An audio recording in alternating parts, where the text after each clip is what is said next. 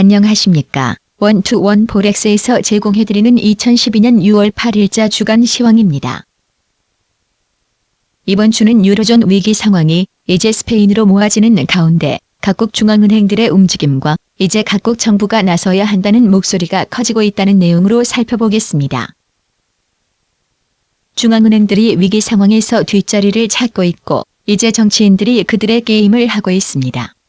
그 시작으로 미 오바마 대통령이 지난 금요일 기자회견에서 유럽의 재정 적자 감축의 속도를 완화시키고 부채 위기 확산을 막기 위한 구체적인 행동을 촉구했습니다. 유로존 재무차관들이 토요일 아침 긴급 전화회의를 갖는데 스페인의 구조 요청이 받아들여지고 충분한 자금이 투입될 경우 시장의 안도 랠리가 나타날 수 있습니다. 즉 유로 달러가 1.1625 수준을 넘어설 수 있을 것이며 다시 1.30 고지를 바라볼 수 있을 것입니다. 그러나 회의 결과가 스페인 은행 부문에 대한 마무리를 짓지 못하거나 자금이 충분하지 못할 경우 어려움이 예상되며 EURUSD는 다시 1.20을 향한 하락의 길을 갈 것입니다. 2008년 리먼 사태로 돌아가 보면 금융시장의 안정성이 크게 훼손되었으나 미국 정부의 지불 능력을 위협하지는 않았었습니다. 하지만 오늘날 스페인 은행 부문의 시스템 리스크는 스페인의 금융 및 유로존의 기반마저 위협하고 있는 것입니다. 유럽중앙은행, 미 연준, 영란은행 등은 현재 국면에서 추가 양적 완화의 의지가 없어 보입니다. 현재 ECB가 할 수 있는 역할은 별로 없다고 봅니다. 따라서 유로존의 미래는 정치인들의 향후 조치에 달려있다고 할 수 있겠습니다. 미 연준이 내주 회의를 갖습니다.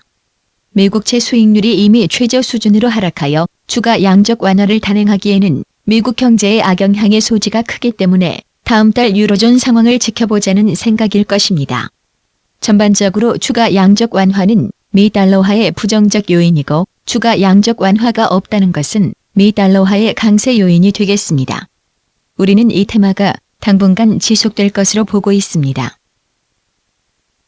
영란은행은 지난주 금리를 현상 유지했으나 영란은행의 추가 양적 완화 전망은 완전히 배제되지 않는 모습이었습니다. 유로존 위기 및 몇몇 경기 위축 신호들로 말미암아 영란은행이 이번 늦여름에는 행동에 나설 가능성이 있는 것입니다. 영란은행 머빈, 킹 총재 등이 다음 주 연례 만찬에서 연설을 합니다. 킹 총재의 연설에 주목하며 GBP/USD는 박스권 움직임을 유지할 것으로 예상됩니다. 중국은 경기 지표 둔화에 대한 완충 방안으로 금리 인하를 택했습니다. 3년 만에 금리 인하를 단행한 것은 중국이 인플레이션에서 성장으로 그 관심 대상을 바꾸었음을 시사하는 중요한 사건인 것입니다. 만일 금리 인하와 함께 계속해서 부양 정책을 추구할 경우 AUD/USD의 회복세가 나타날 수 있을 것입니다.